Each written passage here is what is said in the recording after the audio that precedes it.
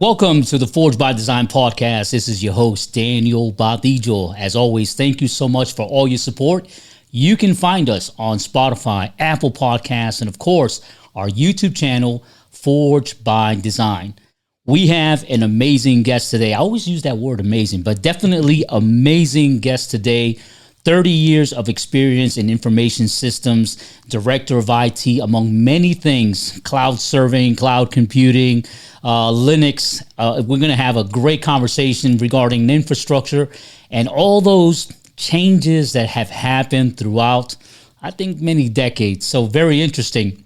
Help me welcome Mr. Stacey Sharp. How are you, sir? Doing well, thank you. So grateful that you made the time out of your busy schedule to be with us.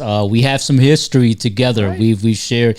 He was before this program. He was saying that he previously read some of my emails. We worked together quite a couple of years ago. I would say maybe a couple of decades. It's been over a decade, yeah. It's been some time. But our interactions have been always grateful, very professional, and you have been definitely a mentor in the IT world. This is nothing new to you. You are a pillar in many of the companies that I know regarding maintaining their infrastructure, their information systems, cloud computing, and so many other things that have allowed many organizations to run successfully 24/7. So I'm sure that if I have a networking issue, I know who to call. I've got you on speed dial now. There you go. Absolutely. So you started off with the Tandy Radio Shack computer back in the day as a child. TRS-80. We used to call it the Trash 80. The Trash 80. One of the things that was very astounding to me, because I had to go back and research, because I was trying to remember the style of computer that there was with maybe a 12-inch monitor, plugged into a cassette right. mechanism. Right. How in the world? It had a basic software system that you were able to customize. What were you doing at the age of 6, 7, messing around with TR-8 system? So to give you a little backstory, my dad has been in IT since 1969. That makes a lot of we sense worked now. On computers the size of refrigerators and weighed about twice as much. So one year for Christmas, I think I was 6 that year. He brought home. We got up that morning, Christmas tree, whatever, and the TV has this weird thing on the screen. And what it was is a little computer, and we could type in our name. Yes. And it knew all kinds of facts about us. And it blew me away. I was hooked right away. And so what it was, he had written a program that knew all about us. So I was hooked on this thing. It's written in BASIC, and BASIC is still around. Is it? It's still around in different forms. But you would program line by line, and you saved on cassette tapes. And it took about as long as it would to play an entire album. Back then, it took this is a cassette. Regular cassette. Was it one cassette, 2 cassettes? Well, was it probably one per program? One per program. It was wild. But to get programs, there was no internet. You waited for magazines to come in the mail, and you get pages of this stuff, like Computer Trend magazines, and you would type it line by line. Okay, so the magazines had the code. They had the program would release code for you. So I wrote Battleship. My own Battleship. I was able to play it. That's amazing. Took weeks. And if you mess up one line, correct, yeah, one period, one dash, you have to // go back and start over that part. That would have been exciting, because just the anticipation of getting the magazine to do this. Right, that's outstanding. I got my comic books. That was my thing. But when I got the computer programming magazines, I was truly nerding out. I think the first time, obviously, I've never programmed. I remember I did start it off my college years studying networking at Augusta Tech. I got a Microsoft certified associate degree, and I did study A++ server, 2000 server, back in the day. And then part of the curriculum, I had to take programming classes. And when just to know the logic. Just to know the logic. But when I started to get into the AS400 mainframes, the Visual Basics, and some other, man, it was so intimidating. There was the infinite loops and this and that. My mind could not handle, because it's literally a language. It is. It is a language, and it's just like learning Spanish and then the next semester you're learning Portuguese. And though there's some similarities, right? Right. It's Completely. definitely a different world. So one of the professors told me, stick with something, stick with one language, master it, and then off of that, once you get seniority, then parallel learn how to develop the skills of another language. Right. My biggest problem now, which I know we'll get into later, is the way they teach kids early programming. It pushes more people away. Okay. Like I had a kid that wanted to learn to program. Minecraft was a thing. He wanted to learn Java, and so he took Java in high school.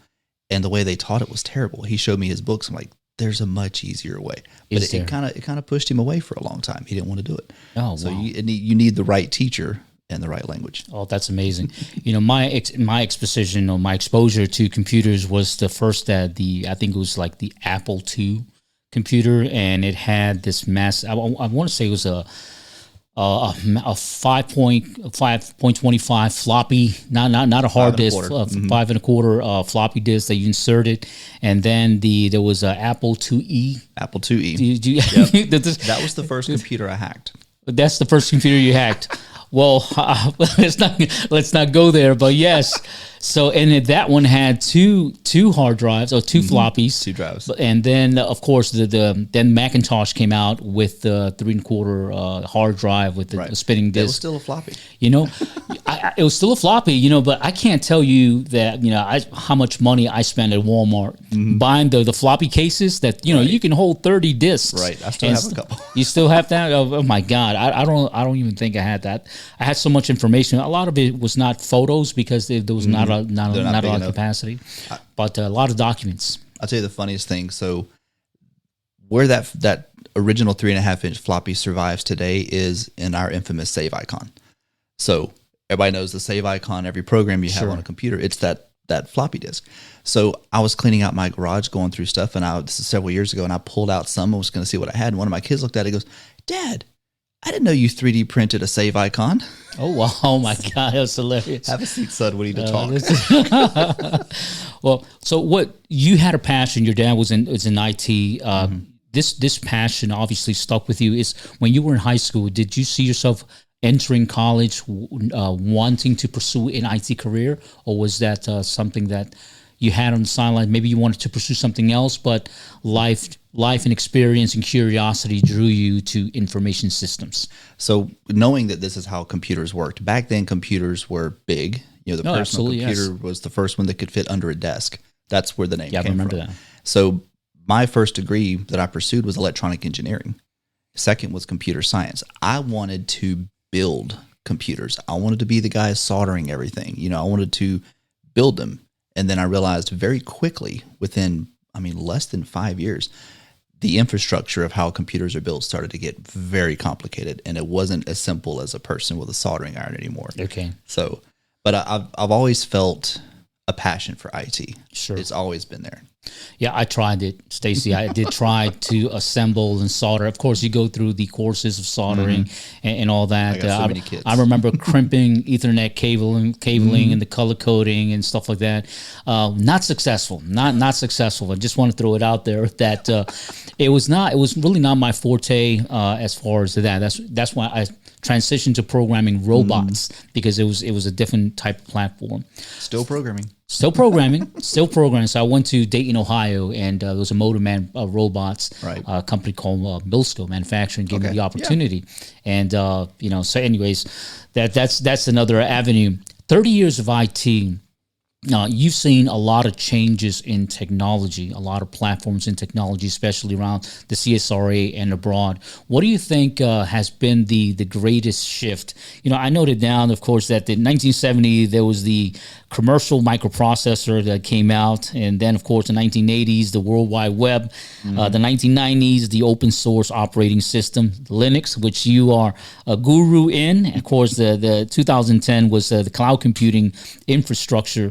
And what comes to mind when you're looking at these major leaps in technology that has left you, curious about, Well, 30 years, you go through a few different paradigm shifts. So cassette tapes. Okay? Cassette tapes? I've saved stuff on reel-to-reel tape. Really? So classic reel-to-reel.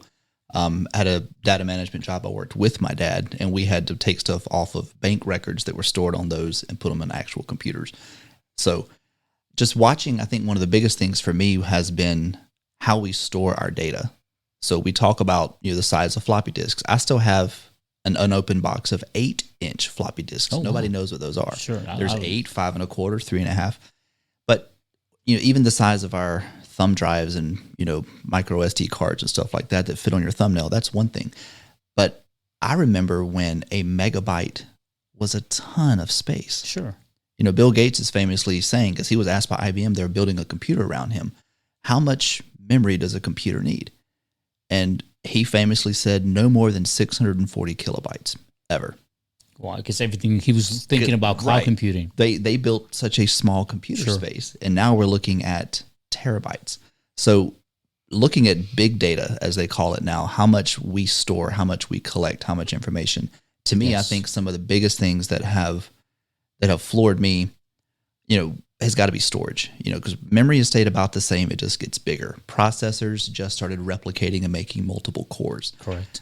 It's storage that has changed. To me, the big change between a spinning hard drive, which some of us, we call it a rush drive. Correct. So from a spinning hard drive to a solid state device, and now to NVMe, the really small ones that go in your laptops and your computers. Sure.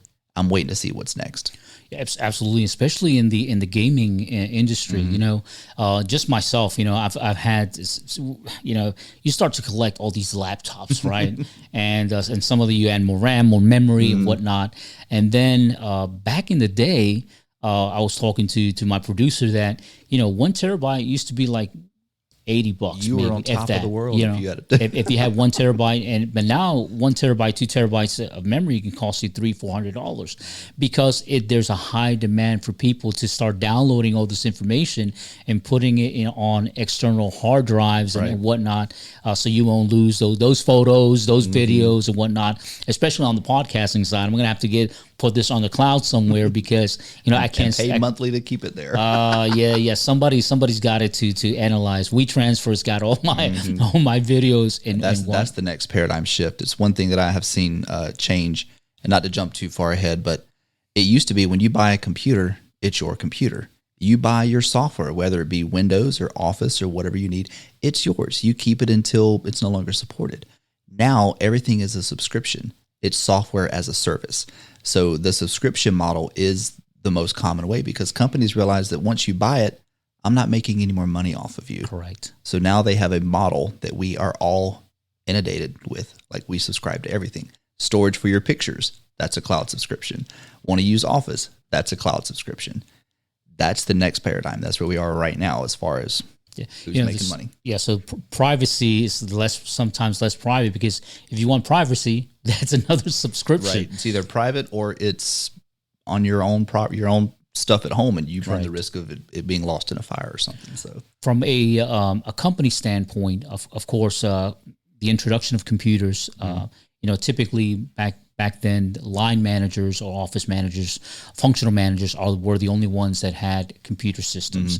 Now, more and more people are using tablets, for example, for auditing, for quality management system auditing, layer process auditing, anything Lean Six Sigma for Gemba walks and Kaizen events and whatnot. You need information with you as you go. Information as you get, with you go, with the evolution of scanners to scan barcodes, to update the inventory, RFID technology, the chip technology to update your inventory, keep track of movements of raw materials, what are the systems, and people behind the scenes before a software monitoring all these logistics.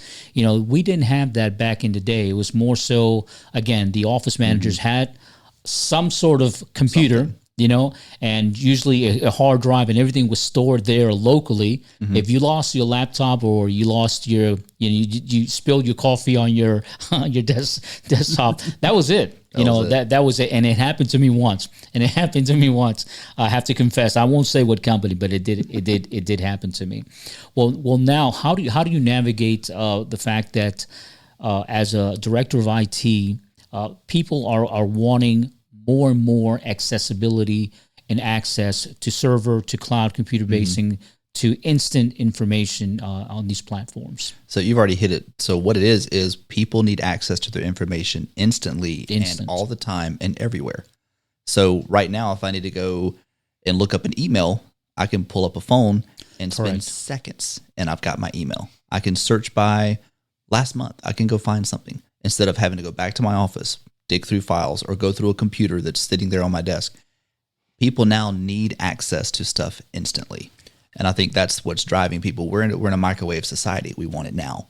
Yes. And so that's the drive. Well, and how much, obviously, the more computer devices or mobile devices employees have because of their roles and responsibilities, it needs more cloud storage, a server room.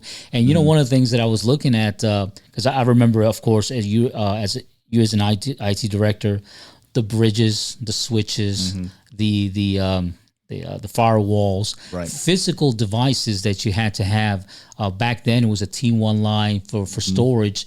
And as the years progressed, to my surprise, I think it was to come. T1 lines were replaced with fiber optic cabling. Fiber's almost everywhere now. So knowing that as an IT director, how do you look at the infrastructure of a company to say, yes, we have the cloud computing power or computing storage necessary in order to have a successful company? Right. So if you've got your stuff in a cloud somewhere, and which, by the way, cloud just means somebody else's computer that you're paying for. Sure. In this area, most of them are in Atlanta. Sure. So when all your stuff's up there, you need to have a fast enough internet speed to access it and bring it down to whatever building you're sitting in, whatever your business is. And if you're walking around the floor doing gimbal walks, doing inspections, trying to check quality documentation, trying to move warehouse management, you have to have a fast internet and a fast Wi-Fi. So everything has to evolve and upgrade almost simultaneously at the same time. So we worked at a place before that went from on-premise servers, which means they were sitting in a room, they're sucking up air conditioning and electricity, to a cloud system, which we made that migration. And now all of a sudden we had to make sure the internet was fast enough so that we could still access everything we have. Sure. So things do move quicker. You have more data that has to move. And so making sure your network is up to speed and up to spec rather. Sure. To keep up with what your demands are. And what about security on the cloud base? I was waiting for it. Oh yeah, you waiting for that one. Because I'm going to be honest. I guess as I'm the end user. I'm not part of the IT department. I'm a functional quality assurance manager and so many other things. As a user, I'm always thinking about is this the cloud? The cloud where? Is this the Twilight? Does it go to the Twilight? So where's the cloud? Where's my information going? Right. How is it stored and how is it audited? I mean, what's the privacy there? So it's kind of wild when you think about. So when you start talking about, there's more and more devices on the network, and there's more wireless devices. Yes. Like, to an IT person, we just feel all the hair stand up on the back of our neck. Because why is that? Well, for two things. One, we have to protect company information, company secrets. That's critical to help this company succeed. That's their trademark, their trade secret. How do you do that? Well, the other part is protecting users from themselves. People click links. They don't think about it. They'll let things in the door. So yes, part of what we have to do is from where the servers sit, full access control. We have to make sure that only the people with permission can get there. Then we look at the devices that the people with permission log into. What endpoint security do we have? Do we have a way to keep someone from trying to get in without it? Like you've heard of two-factor authentication. Yes. I need a password and a fingerprint, or a password and a pass key, or some kind of a code. So we have to follow the chain on where people are accessing this information. And a lot of times you see it all the time. You read in the email or read about emails, there's phishing schemes. People clicked a link that looked real. Office 365 is huge about this because people get a link, think it came from IT. They click it and log in, and now someone has taken their account. And whoever has it can go up that chain and grab whatever information they were allowed to have. So It's a constant.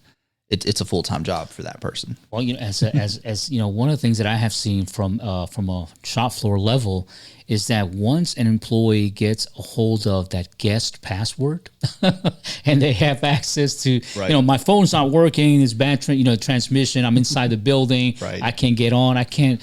access my Instagram, TikTok, Facebook, because you know usually how block you that. know, and I'm not sure if you're able to block it, but once you have that QR code and you scan that guest password, and or visitors come in from other companies and the same thing, that the risk of hitting. I'm not sure if this terminology is still the Trojan horse or spam. It's still a way. Trojans are still a thing. Now we have RATs, which is a remote access Trojan, so they can come in remotely. Correct. So install software. It'll install whatever it wants. If you gave it permission, it takes over your computer. Oh my God. So one of the biggest things now, you're talking about different types of Wi-Fi networks. A lot of companies will have their corporate network, which is locked down, very long passwords. Certain people get it, and they're monitored heavily to see if new devices show up. But guest networks are usually segmented, almost like a DMZ. It's a demilitarized zone. It is outside of your network on purpose. Okay. It may get less resources. It has less permission. And it's monitored, but not strictly. Like, we want to make sure that people can connect to access whatever resources they need outside of our network, outside of our structure. The corporate networks need to be able to access what's inside. So that's the guest password. We push that out. And if it starts getting abused, we slow it down or shut it off. Okay. So going back to that question, how does Director of IT protect its users? Because then again, the third party, maybe second party, third party service for firewalls or for protection is cloud-based. Is that a correct statement? So yeah, to a degree. How is that monitored? It's usually cloud managed. So you Cloud still have a managed. physical firewall gateway device. Okay. And so his job is to sniff everything that comes through. Sure. If it smells bad, it goes back out. Sure. So his job is to check everything. And nowadays, you'll read in the news all the time, at least in the tech forums, every major firewall company, and we're talking, Meraki, we're talking FortiGate, we're talking SonicWall, Yes. Cisco, all these guys, Palo Alto, all these guys have been in the news at least once in the last 12 months of major hacks. And major hacks. Because yes. people want to go after the gatekeepers. Sure. So they have to stay on top of their game so that we can stay on top of our game. So again, the firewall is your first line of defense. If that's updated, we're good. It's cloud managed. We keep it here. But again, another word, we used to have antivirus software on our computers. Yes, We used to have malware bytes. That was a big one. We used to love What it. about McAfee that keeps McAfee still, it'll never die. It'll never die. Well, I see the pop-up every time. It's it's everywhere. about to expire. I'm like, I never installed it. It's because you didn't uncheck the box. But nowadays, antivirus isn't enough. Sure. Because AI drives virus creation. AI drives virus destruction. Really. Sure. So now it's called endpoint security. Your device is an endpoint. So there's a software that's running that's doing more than just viruses or virus protection. It's looking at everything. And not to get big words, but it checks heuristic scans. It's looking at all of your ins and outs. It's just trying to make sure everything is copacetic. Like, is this supposed to be here? Not supposed to be here? Sure. Like, if you try to go to google.com, did you, something on your computer, go ask for yahoo.com? Like, okay, something went wrong. So Correct. That's its job, is to really multi-layer security, endpoint, midpoint, endpoint, try to find everything. So building versus buying. So you mentioned that you prefer building solutions when it makes sense. So how do you decide when to build something custom versus purchasing an off-the-shelf solution when it comes to software? I've had some experience where there's other IT directors or IT managers, whatnot, and they start building systems, whether it be for the shop floor functionality and or for security, and it's an in-house built-in system, and they make it so complicated that sometimes you cannot, they're irreplaceable because no one knows the intricacies of the coding. So when do you decide as a director of IT that this organization needs a custom-made, custom-built software system versus employing a second, third-party software? Right. So usually the two pillars that drive that is, what's the budget? So I've been at places with six-figure budgets. Is that like fundamental? It is like fundamental. okay, I can just see Stacey just going into the CFO's office saying, "I know you need all the security, you need all this and stuff like that." fundamental question. What's the budget? What's the budget? Because, I mean, really, the sky is the limit for what you can employ. Sure. So we're looking at manufacturing monitoring. You know, I've done a handful of projects with this. I've inherited projects like this. So you can purchase some managing software that can be $30,000 a year. Okay. After a couple 10,000 here or there to get it built. And it'll do a pretty decent job, but not quite everything you want. Or you can build something that might cost you $10,000 once, and you upgrade it as it needs internally. Sure. So I think a lot of times it comes down to what is the end goal? What does this need to do? How critical is it? And who's going to keep maintaining it? Because like you said, sometimes a person becomes irreplaceable. And I know we'll talk about this later, but that's where documentation becomes king. If nobody else knows it but you, it's as worthless as it can be. Sure. It needs to be replaced with something other people can know. Because at the top, they will pay. Because let's say you've got a system that monitors a manufacturing process that's making $10,000 an hour. Well, if it is going to make that much money, buy something and put it on that. It'll pay for itself in a day and a half. Absolutely. Right? So done. But if it's something a little more critical, something more fine-tuned, you build it. Sure. And I've had solutions that have been built that I have finished building, and sometimes they just work better because a lot of times in manufacturing, I think you've seen this, not every single niche has been covered. I need something to do just this task. Correct. I've got a custom system at my last place that collects 11 million data points a month.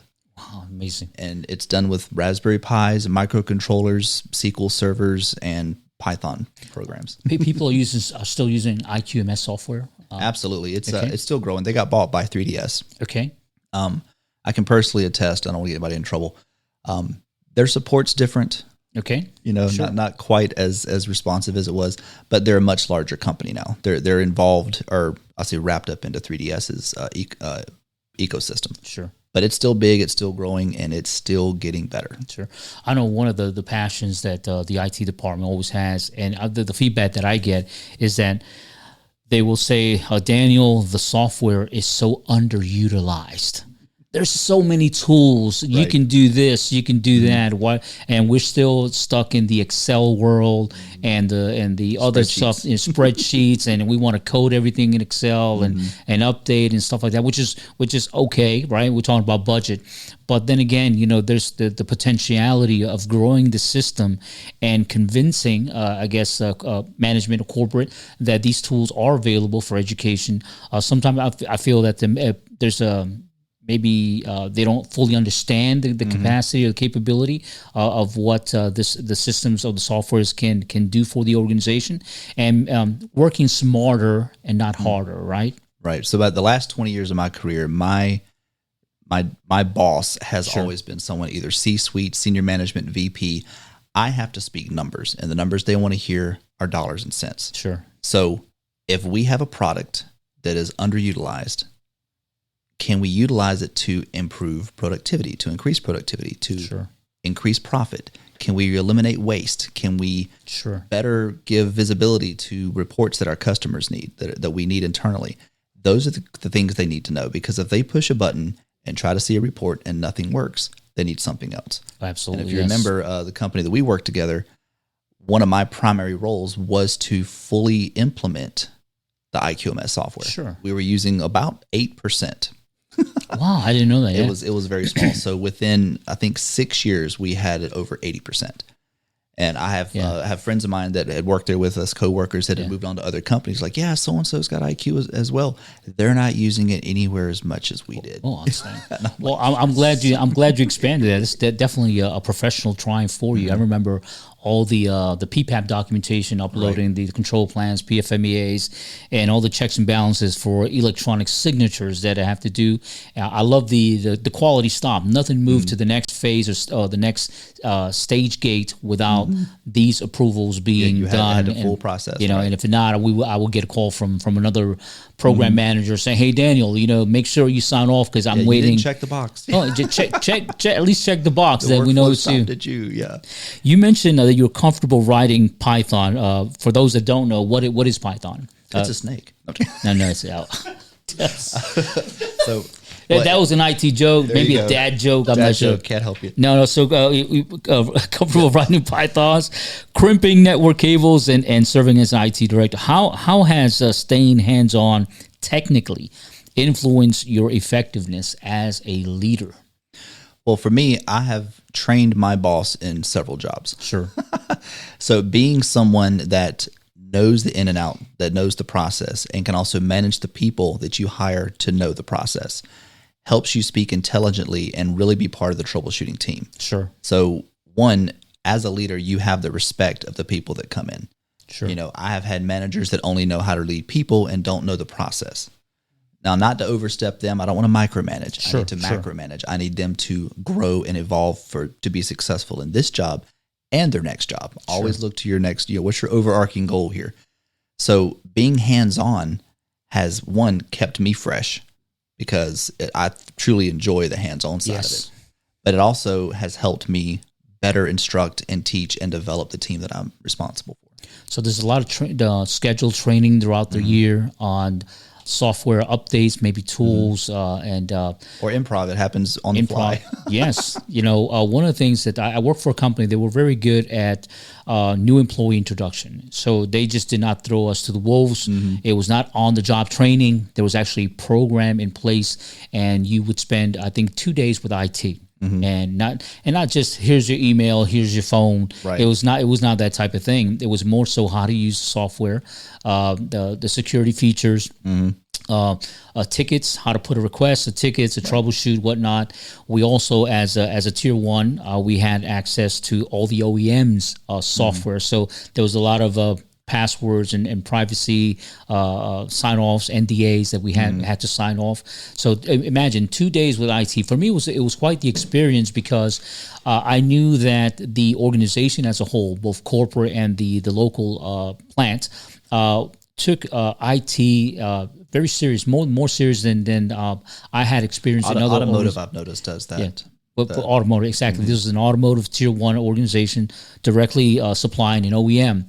Is because a lot of risk assessments as to what can go wrong with using a software, and not only a software, different platforms, AutoCAD, maintenance software, gauging software, and whatnot, and just the do's and don'ts. But the fact that there were 2 days of it, in classroom training, this is what we use, this is how we use it throughout the year. We train on A, B, C, D, F, G. Right, these are your tools, and right? Checks and balances. We expect for you to be at this proficiency level at the third quarter of your employment, and the pressure, right? It's like, okay, I got to get these systems right, because if the more proficient I became in the systems that were in place, the less I had to occupy IT, right, and take them out of their day, their normal job to help assist the functional manager. And a lot of times you have a full-time person whose job is that orientation step. So when I started working, it was an automotive company back in the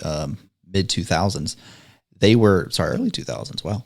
They were very strong on system and structure. So everything was not just standard operating procedure. It was the culture, like it was built in. So we spent a day in orientation with just, here's where the exits are.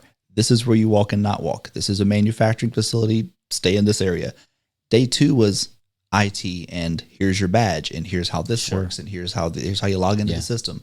We were using Lotus Domino back then. So Lotus Notes was the email system. So how does that work compared to Outlook? So it brought everybody up to speed. So within your first week, there was a follow-up too. We had a person that would follow up with you after a week. How are you doing? How are you well?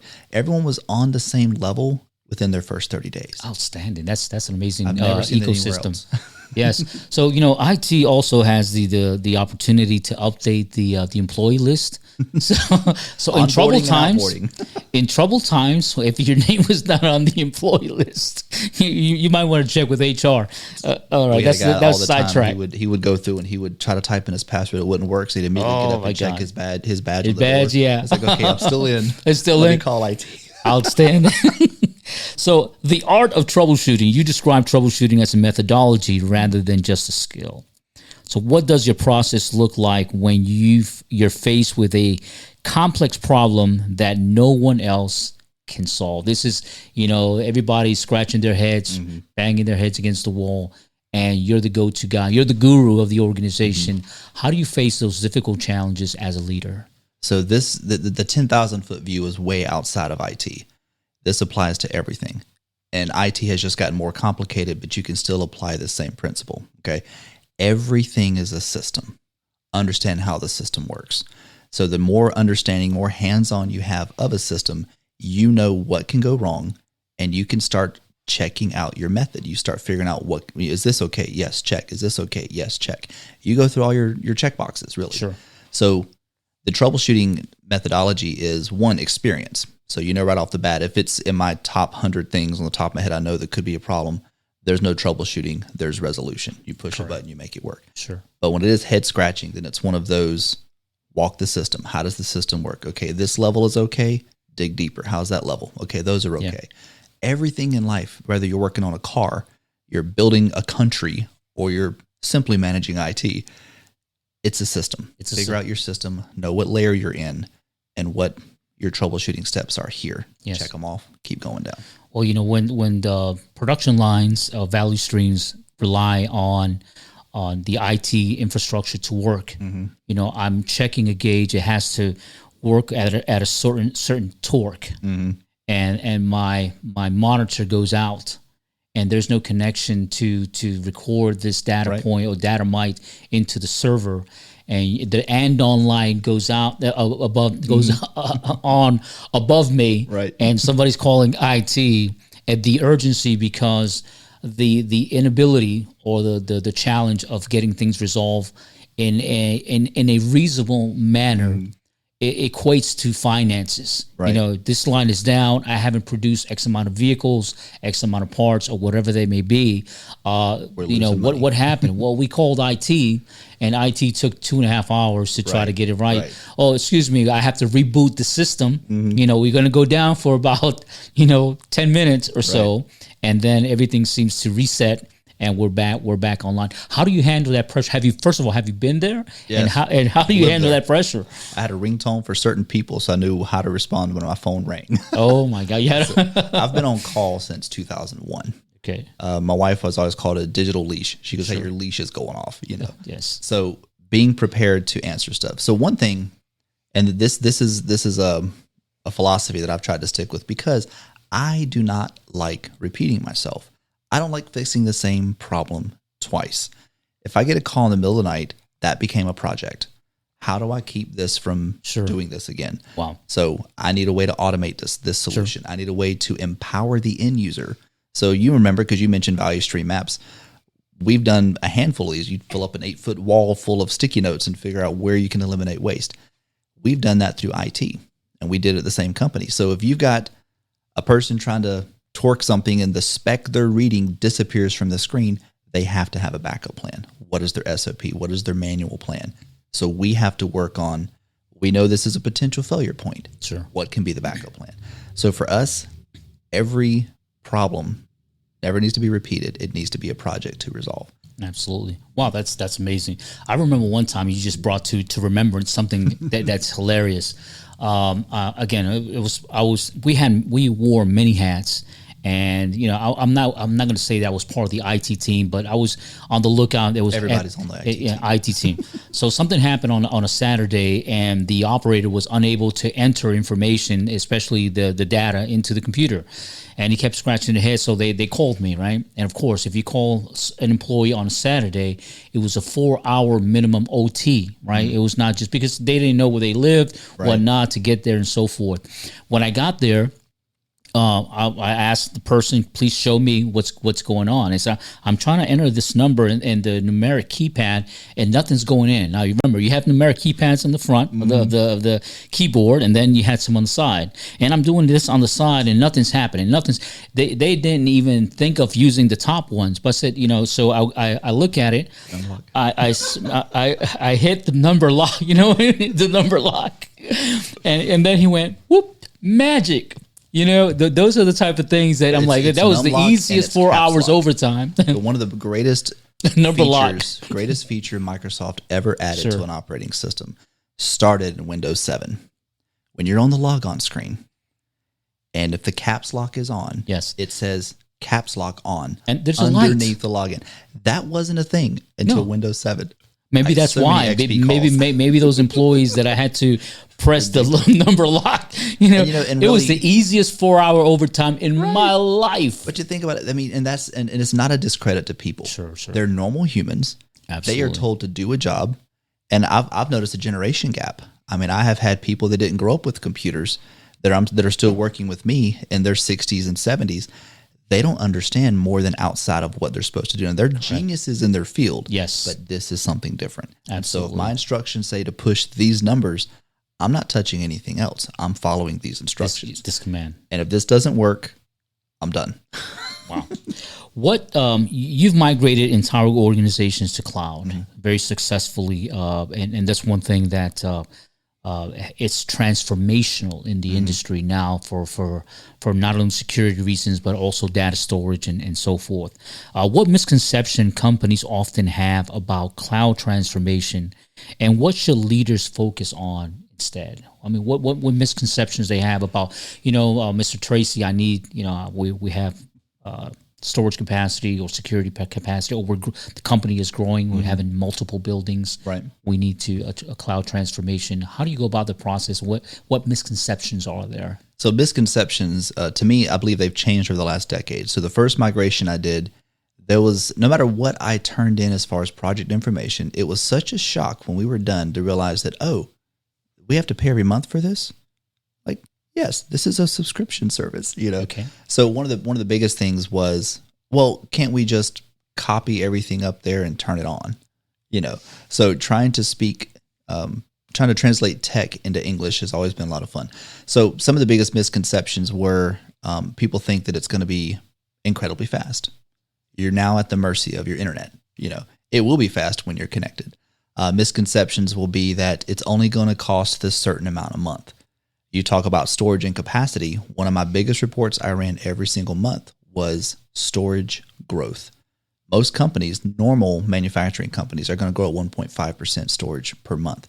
And I would look at my reports and go, okay, my servers currently have this amount of storage. This is the on-premise stuff. Sure. I have this amount of storage left. We're growing at this amount. So within 13 months, we're going to be hitting red line capacity. I need to start preparing to upgrade the solution or do something else. So translate that to cloud.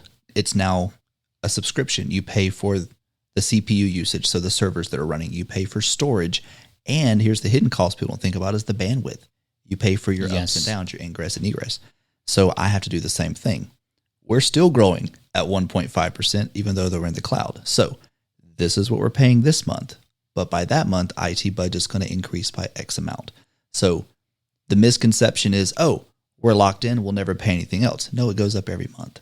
And so whenever I would turn in my reports, because my boss was always CFO, or VP, I had to make sure they understood this cost does not go down unless we remove something. This will be an ever-growing cost. Correct.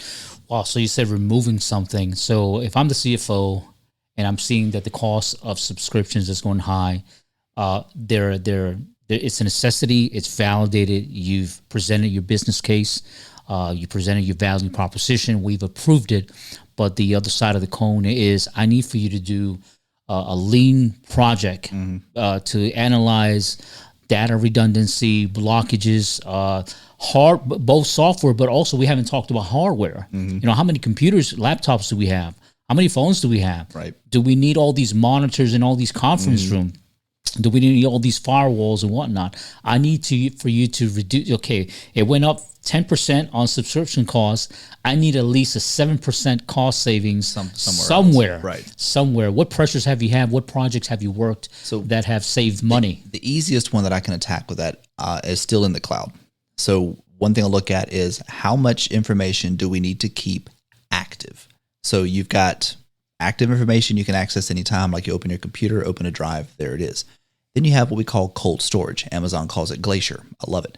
Okay. You actually are taking files offline and then you store them outside of your cloud. You pay a much, much smaller amount, like 2% of what you were paying for that. Now that information's not gone, but if you want it, you make a request, it'll show up in 2 or 3 days. Okay. And on the back end, I'll tell you what's geeky because this goes back to my roots. Cold storage means they're removing it from hard drives, copying it to physical tapes, and putting it in a storage. They're offline. It is offline storage. So the first thing is So you have a Fort Knox of cassette of somewhere. Right. Is it on a disc? It's a physical CD? tape. It's Yeah, a physical it looks CD. like think about, depends on which ones they use. I think we're up to TR 8 or 9, I think, or LTO 8 or 9. Tape technology is still growing huge. So it's like a VHS tape or 2 VHS tapes together. Like it's magnetic tape. It's still tape. So one of the first things I'll do is try to see what we can cold store. That takes care of cloud stuff. If I have to reduce on-site, because here's something we haven't talked about, there's a technology called an edge computer. It's just a fancy way of saying, hey, I left computers on site when everything else is in the cloud. So it's performing calculations or functions here instead of trying to copy and do calculations up there. So you're saving bandwidth. So how many of those systems do we still need? What can we adapt? What can we change? Sure. Well, we know that every 3 to 5 years, we have to swap out laptops. We have to swap out desktops. Who can share systems? If you're on a production floor, 4 employees are using this one workstation, or how can we do that? So it's a constant, where can we trim fat? IT is always overhead. We are never one to make the company a ton of money. We're cost avoidance more than cost savings. And so that mindset constantly has you knowing what you can do to maintain the uptime of everything else. So they're paying for IT. So now with the, I would not say threat, but now with the introduction or evolution of artificial intelligence, whether it be Gemini, Cloud, ChatGPT, and so many others now that are there are dozens. Dozens now. How does that migrate into your functionality? Meaning that as an IT director or an IT department is now creating code to find out where, all these algorithms to where I can find cost savings. And then, of course, by the same token, you're writing, please develop the business case to justify these changes. And in addition to that, make a list of all the risk assessments, things that can go wrong. So we can show me the gap analysis that I didn't think about, right? The gap analysis and so forth. It's all about calculating risks, right? Can you, in the background, create a scenario where this may happen, and test this algorithm out before I make this permanent change?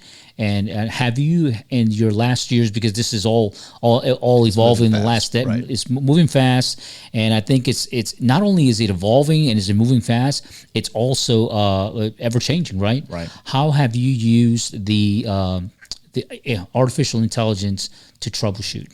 So this is what I have spent probably the last 14 months on. I have worked on AI enablement, like where can we use it? We had a project that hit us where we were trying to update media on a website, and none of us were qualified media developers. Like we didn't know how to do. Trying to use a video training. You have your own images, AI, right? You're trying to AI bot. So, and I've used AI off and on, like most people. You ask it general questions, and it basically becomes a glorified search engine. Sure.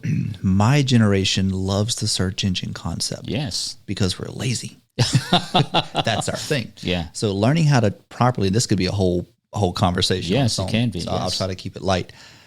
Learning how to work with AI is what's critical. And I've spent time developing, you know what a prompt is, like when you type something, that's a prompt. Yes, learning how to create master prompts, how to create system prompts. So a master prompt is, this is who I am. This is my role as the person who is talking to you. Here's what I expect in my responses.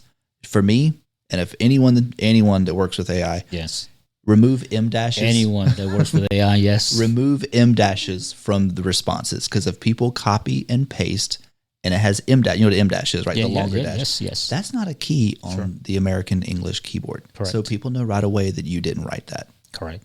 That's right. That's my tech tip for the day. So remove M dashes. But what I have remove is a set of rules. M dashes. If you use Cloud, make sure that it doesn't have that. Somebody did that.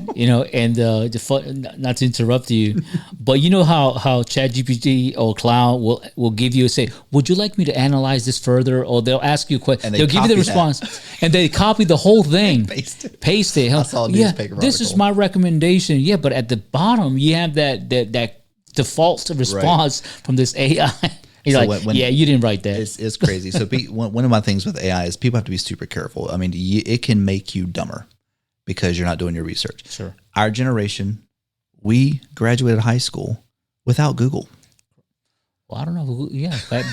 I'm not going to date myself, but maybe. Class of 96, okay. We didn't have Google. Sure. We didn't have the internet. We had books. You remember what books are? Yeah, books. I spent my time in the library. Things. Yeah, yes. Index, roller index. Yeah, that's me.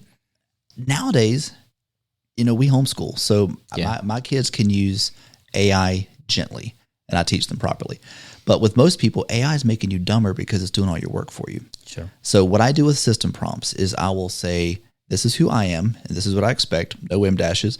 Don't offer to do anything else at the end of what I'm going to ask you. So I'm not getting those prompts. Okay. Sure. And then what I do is I create a system prompt to say, okay, this is who you are. And one of the first things I do is, hey, interview me on this topic and just ask me a ton of questions. Sure. And so if you learn to work, people say, what do you use AI for? I don't use AI. I work with AI. Correct. To me, it's not doing my work for me. It's a coworker. Sure. And one of the biggest rules I have set for it, and this comes in handy when I'm like trying to troubleshoot and build reports, don't agree with me unless you have no other choice. And if you have a better solution, explain to me why.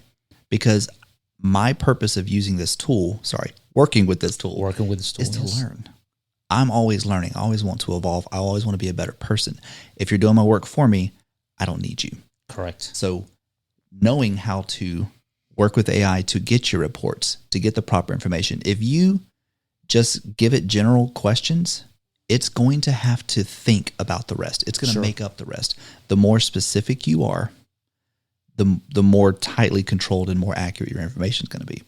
Well, that's amazing, because I was talking to somebody that we both agree that, at a high, at least the middle school, high school level, our students should be taught project management.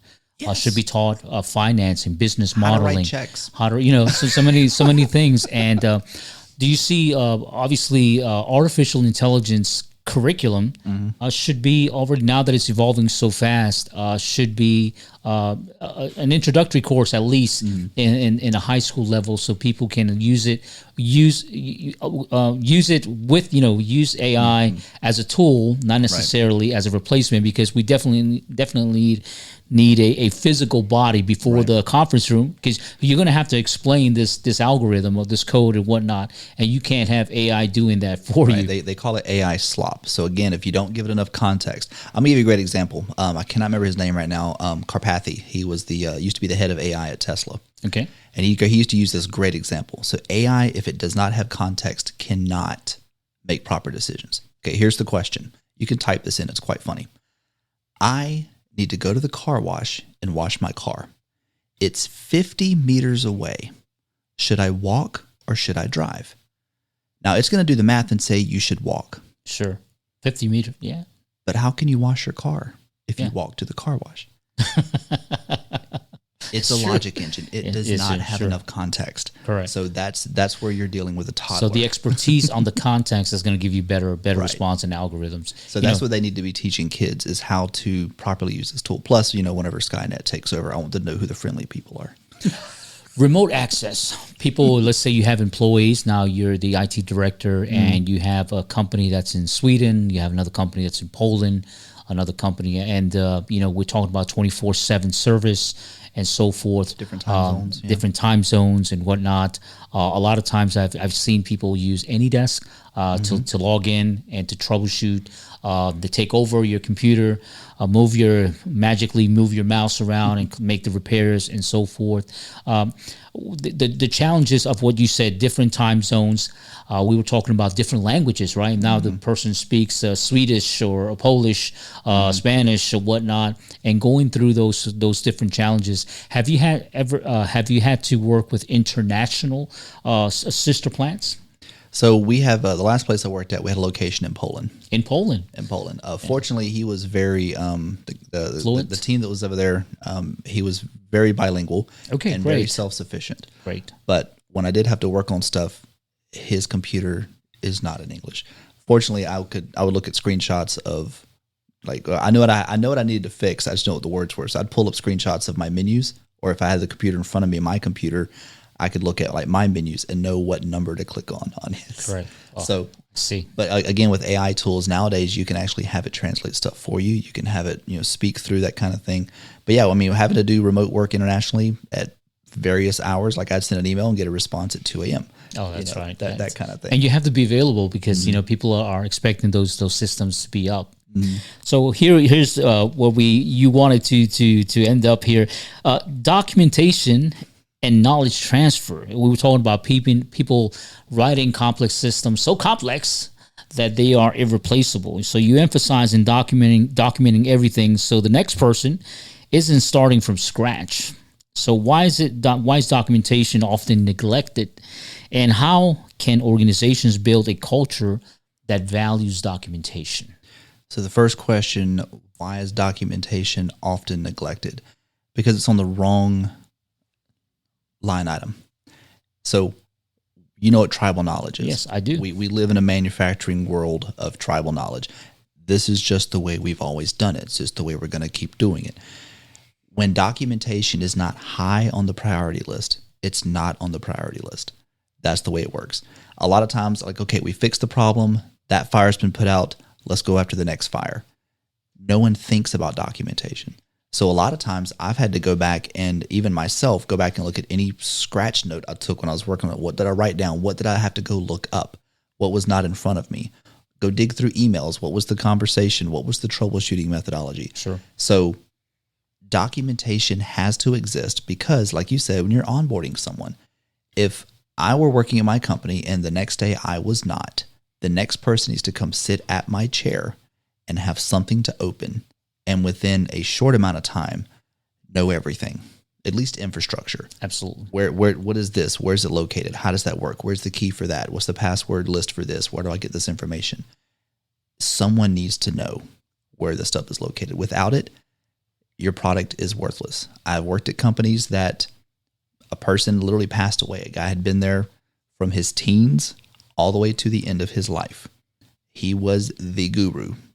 Yes. When he passed away, nothing was written down. He was the book. And at that point, his product was deemed obsolete because nobody knew how to do it. And it was just simply replaced. Wow, that's amazing. One of the things when the companies are audited, whether it be ISO 9001, ISO 14001, or IETF 6949, a lot of times as a 21-year quality assurance manager,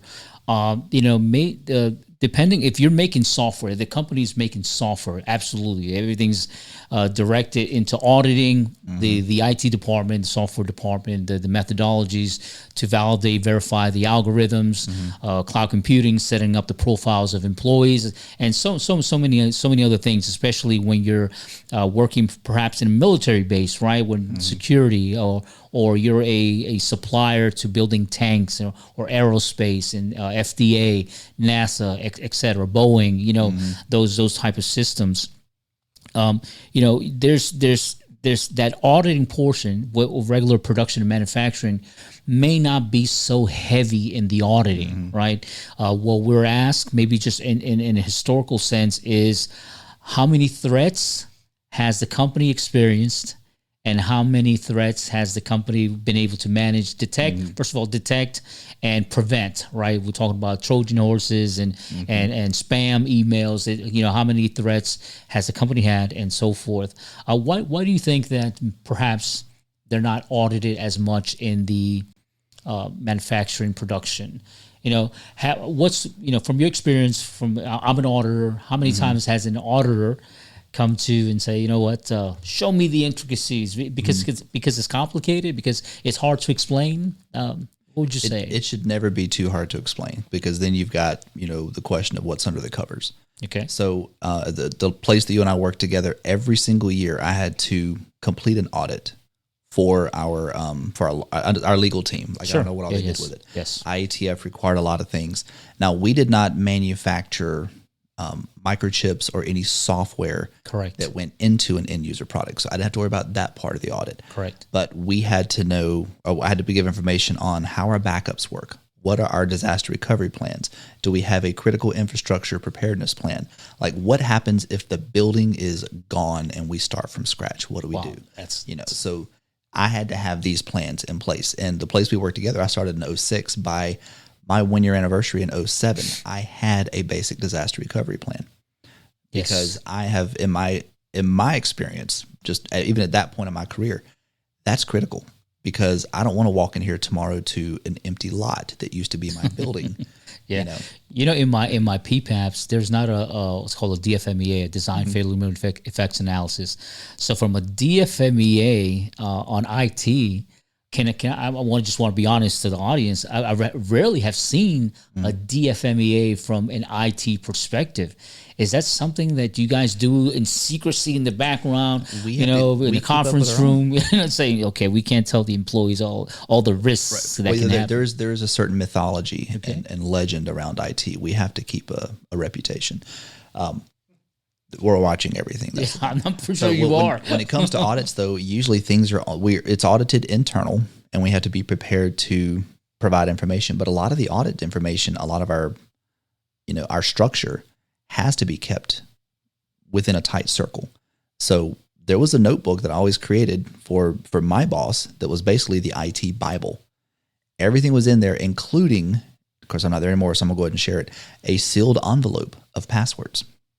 So this was broken up it was 13 chapters of everything that made up IT. Sure. And it evolved and it changed. And when we went to cloud, it gained another 100 pages. Like it was there's so much stuff. Sure. So it is complicated. But as far as audits, I mean, there's a lot of standards out there. I mean, you've got, I'm going to mess some of these up. So there's a SOC2. There's a lot of these that you have to really, if a company isn't holding you to it, if you don't have a customer that's holding you to it, most companies won't hold to it. But if a company holds to it, you have to follow it. Absolutely. In automotive, there was a Sarbanes-Oxley. And that was, we always joked about it. If you want to throw away a pen, it takes 2 signatures. Like they were very strict.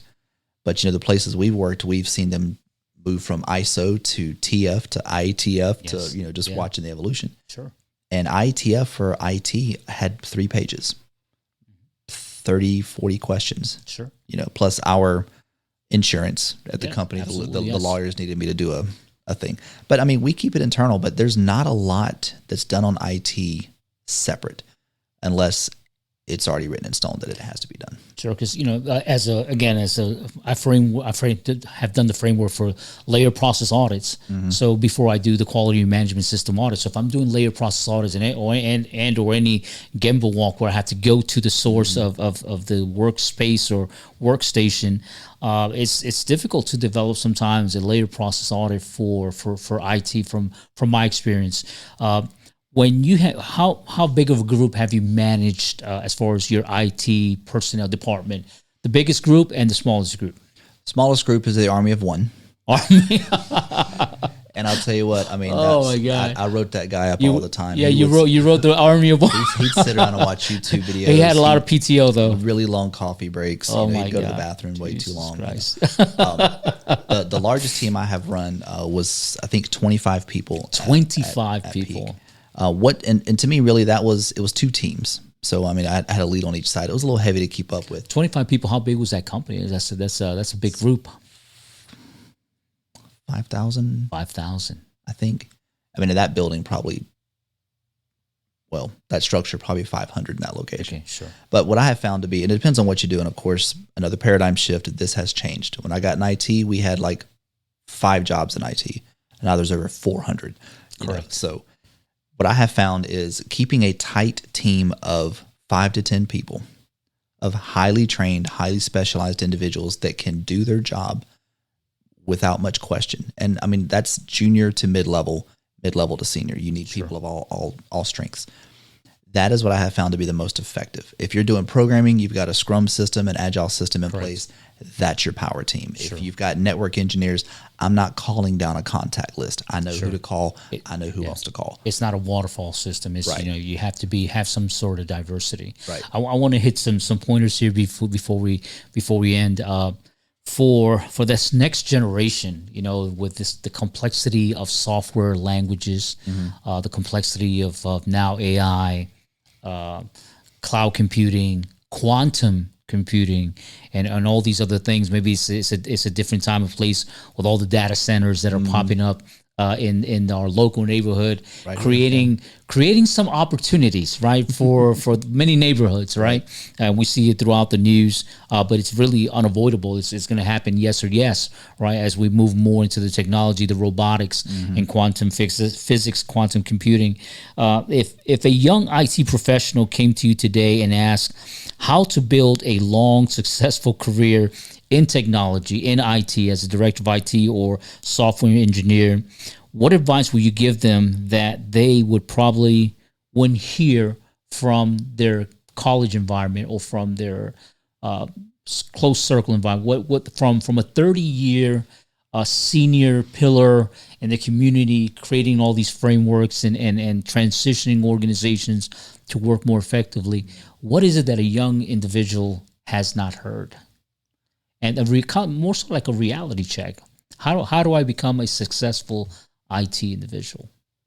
So again, 10,000-foot view. If you don't love what you do, you'll hate it when it gets hard. So when I started college, 98. I want to quote that. When you don't love what you do, you'll hate it when it gets hard. You'll hate it when it gets hard. Write that down, please. And the experience I can share with that is when I started college in 98, the inrush of IT people was huge. The classes were maxed out, 27 students, in these classrooms. By the second year, half were gone. A lot of people jump on it because like, oh, it's big money. We're going to go be IT. I've been in IT 30 years. I'm still waiting on the big money. Sure. But what people do is they'll follow trends. My producer just laughed. I heard like a wind over here.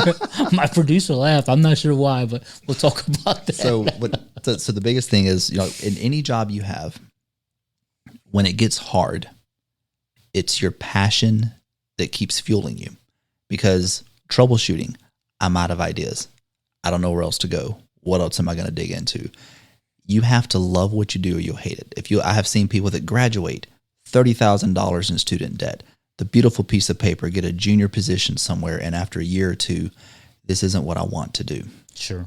And now you're starting over with student debt. What's your plan?